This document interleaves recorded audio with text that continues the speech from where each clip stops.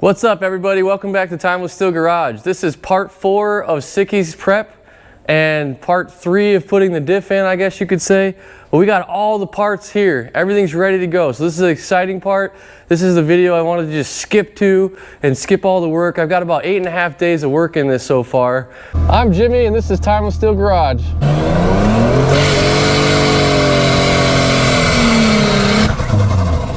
It's a little smoky in here. And I got the frame pre-poed here. I already put the bushings in. Everything here is from Kangaroo Racing, kangaroos-team.com. They do a lot of Mercedes stuff, pro drift driver in Bulgaria.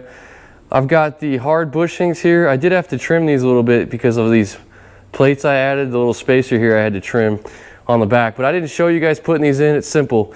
I just put some wood underneath, used a mallet, tapped them in. I did have to trim. One bushing was a little fat, a little tight. I just took a little clearance off of it and it was fine. But all hard bushings in the frame now, which means putting it in the car is going to be a little trickier because there's not going to be any flex. But I'm going to use the lift to my advantage and get going here. All right, the frame is in the car.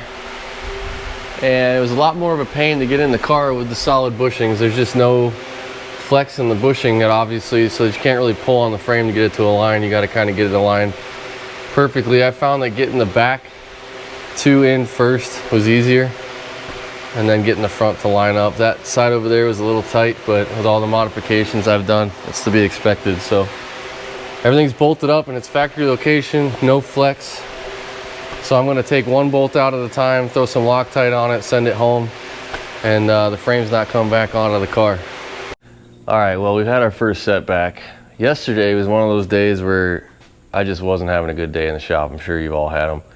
Or I just had to walk away. I didn't feel good. Things weren't going good. I had to take a break. So first thing is, my old ass lifted that diff up on top of this thing by myself and tweaked my neck, which I'll probably do it again today a couple more times. Getting old sucks, but that thing's heavy, and lifting it up here, you know, garage gym, getting old. Also, I had to clearance out these holes here. I had the diff installed, dropped it back out because these holes are just too tight. And because this is kind of trending towards a drag and drive build, I need it to be easily removable and installable. So got the die grinder out to clearance those holes, and then realized I didn't have all the fittings I needed, so then I had to run to the store to get those. You know, it's just how it goes. But I think we're good to go now. I'm going to get the diff up in here and test fit it. I'm going to end up having to touch up a bunch of spots on this frame once everything's installed, but that's too easy. I got enough left over. So another development.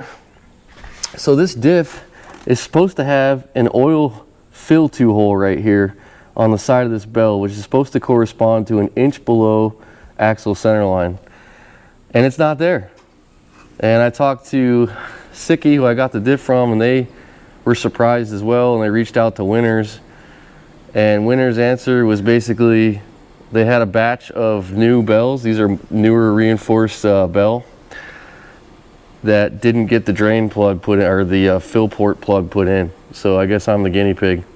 I got one of those ones that was defective, I guess. But you know, way she goes, $5,000 diff. But good news is they just said that it takes about 3 quarts, fill it to an inch below the gear fill plug. So that's how we're gonna have to fill it. It's not really a big deal. It's not worth crying over. All right, well, because of that situation, I'm gonna go ahead and just fill this thing while I got it sitting on the ground and level, because it's gotta be level, and it's not level in the car, at least for the first fill, so I can see exactly how much it takes for future reference. I'm gonna go ahead and use Mobil 1 7590 synthetic. This is LS for limited slip. This uses a ball and spring style limited slip, not a clutch, so you don't really need the LS, but this will work just fine. So they said it should take about 3 quarts, and it should fill to about an inch below this port on the gear cover here. So I'm going to put 2 in here, and then I'll make a little zip tie tool to check the level. But I've got a couple of bolts removed on the bell, but I don't think it's going to leak in this configuration, and I'm not going to have it like this long because I'm going to get it up in the car. So I'm going to go ahead and fill from up here and get to it. All right, it is in. My clearance thing worked. I got a little touch-up painting to do, but I'm not gonna do that till the whole car is together. I'll come in here with a small little brush and touch up a few spots. The diff is in, and it's not coming back out. Now, no control arms are going back in the car factory except for the lower control arms, which I already rebuilt. This guy that holds the spring is gonna go back in here. We had an issue with my hubs, but the new hubs should be here today. It always makes me laugh, these car TV shows, you know, we all used to watch before they all got canceled. And I'm not even talking like Roadkill and stuff, I'm talking the old ones, you know, back in the day, Sunday morning TV. Fake drama, and you don't got a fake drama with building cars. The drama happens on its own.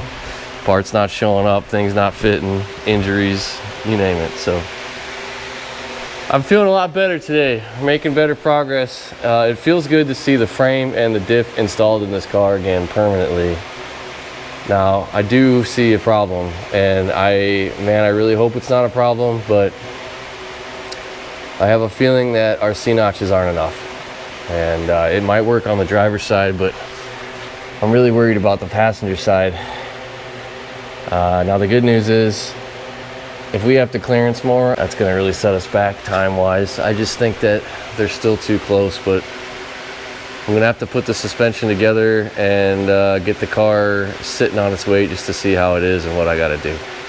All right, I got my new Kangaroo Racing control arms here. These are the same kind of stuff that a lot of the drift cars use out there. It's an aluminum control arm with trunnions on the end of it, Teflon bearings, fully adjustable, no flex at all.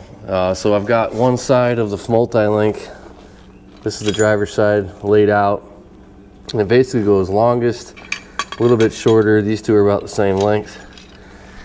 And what I'm doing is using the old control arm to preset the length of the new control arm by just using the bolts and loosening this up till the bolts fit in the old control arm. Back in my old life in helicopters, we actually had a specific tool to do this job.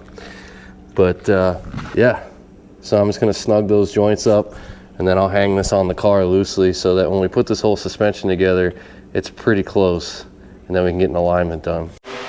All right, I've got the tubular control arms on here, just hanging. My hubs showed up, which is awesome. These are 33 spline hubs versus the 24 or 26 spline Mercedes hubs. And then these are stub axles, which means this will press in the back of the hub, and then the hub will bolt to that stub. And what that enables us to do is swap out axles quickly, because they're flat on both sides. I won't have to pull the wheel or any of the suspension off to change an axle. I can literally unbolt it from the back on each side, Porsche or Corvette style basically. So that's a win. I did figure out, I talked to Kangaroo Racing, and the stock knuckle uses a ball joint on one of the links right here. And the new knuckles, the new arms don't use a ball joint, they use those spherical bearings. So we're gonna have to drill this out to 12 millimeter, which it's already like 14 millimeter on this side because it's tapered, but that back side is at like 10 millimeter. So we just gotta drill that out to 12 because we're gonna end up using a bolt here and not a ball joint. Then we're gonna have to press the stub axles this way through the bearing. We'll have to support the inner race of the bearing so we don't pop it out.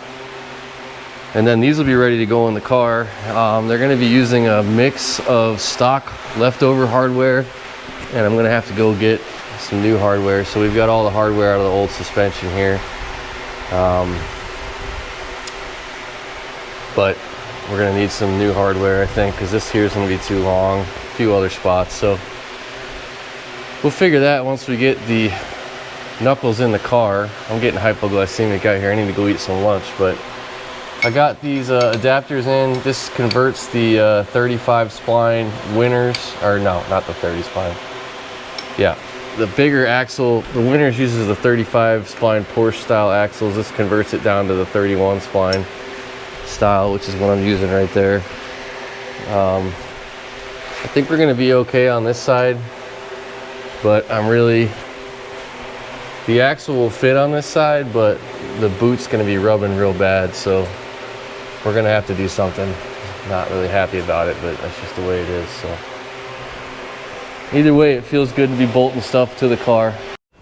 All right, we had a disaster. We had a terrible couple of days and a minor panic attack and me just realizing I need to get stuff done. So we put the frame and the diff in like you guys saw and realized that the axle clearance was just not gonna work. And I'm like, man, I don't know if I have time to make this work.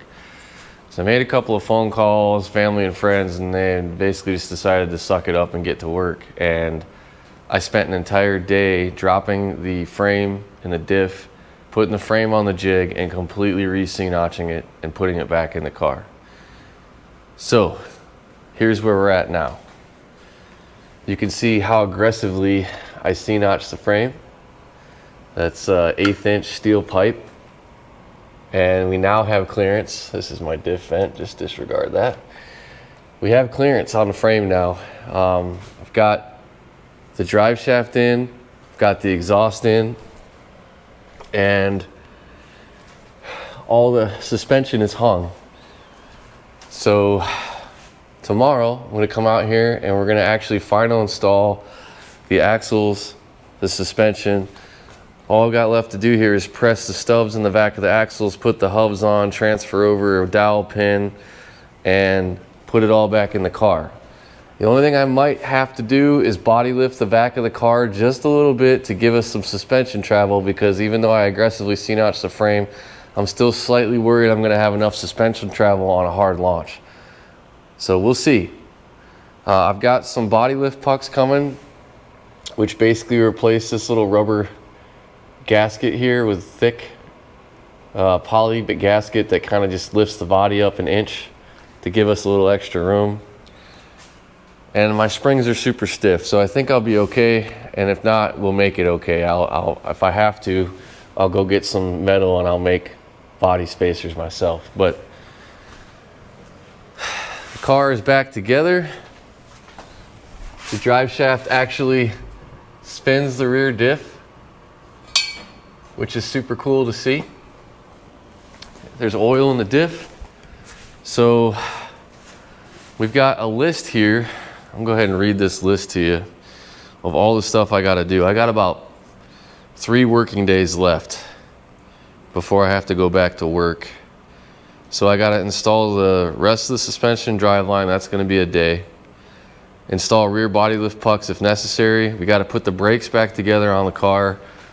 The brake lines work for the driver's side. They do not work for the passenger side, so we got to fabricate a new passenger side line, and I got to install the line lock, bleed all that, make it work. Got to weld in the fuel cell frame, mount the fuel cell, and install the fuel lines. I got all my fuel lines coming today.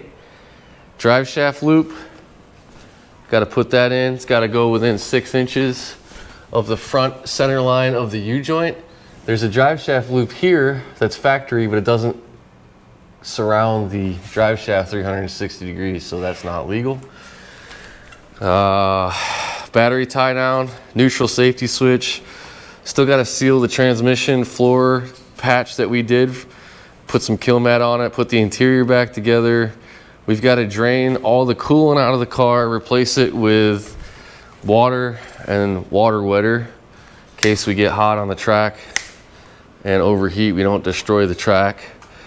Headlights are in. I gotta install the headlight harnesses to make those all work. We got those right here from Racetronics. Horn, gotta wire up a horn button. We have to secure all the oil lines in the car with clamps and heat wrap the transmission lines. I've got some DEI heat wrap coming. My transmission lines get real close to the wastegate dump and the block, so I'm going to wrap those just to make sure that they don't get too hot. We need to put, I'm going to make a little bit of a removable diff cover to put in the trunk. I got to mount a fire extinguisher to in the car. I'm going to end up mounting it in front of the driver's seat. take the car for a drive, break in the rear end, and then do an 1/8 mile hit test. It's a lot of little stuff, but we're gonna get it done. My transmission lines are all here today. I mean, my fuel lines are all here today.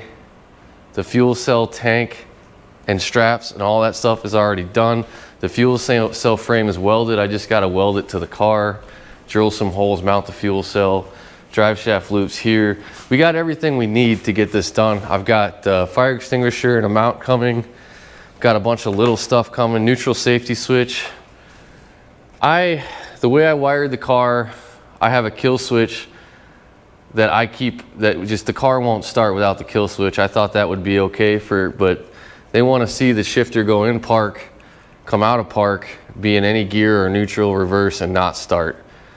So it kind of goes against, I mean, that's how factory cars are. That's not how I wired this car, but it's super simple to put a neutral safety switch in. I mean, you just take a relay and a micro switch, mount it somewhere in your shift linkage that's going to only engage when it's in park, and have it basically connect the ground circuit to the relay.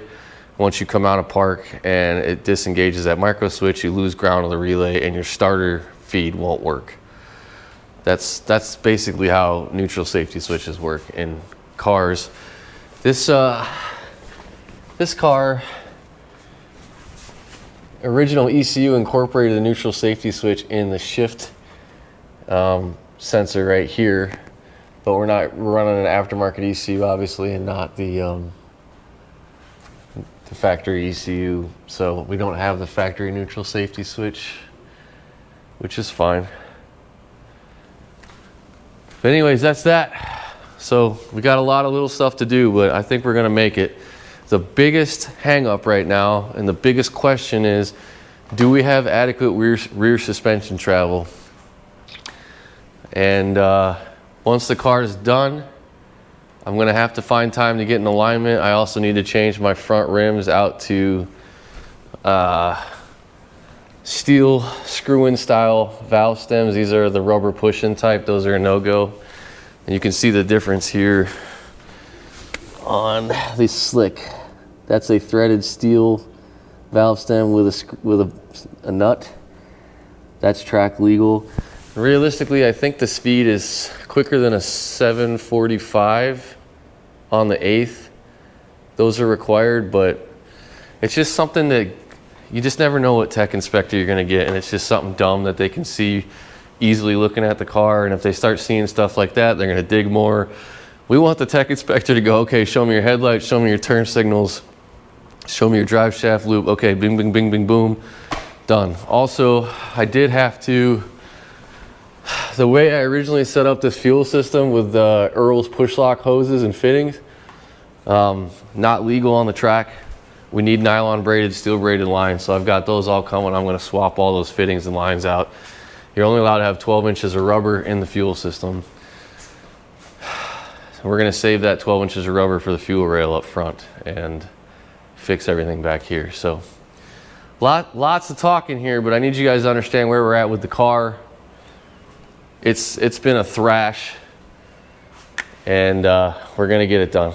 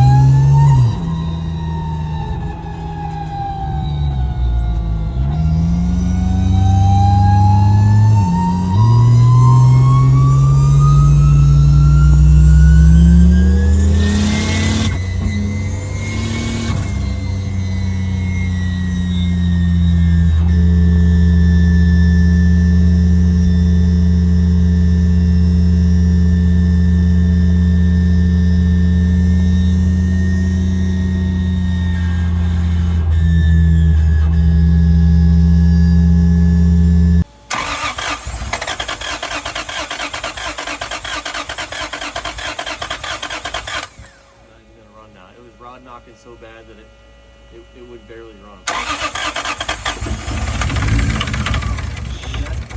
Yeah. He's gone. Damn it.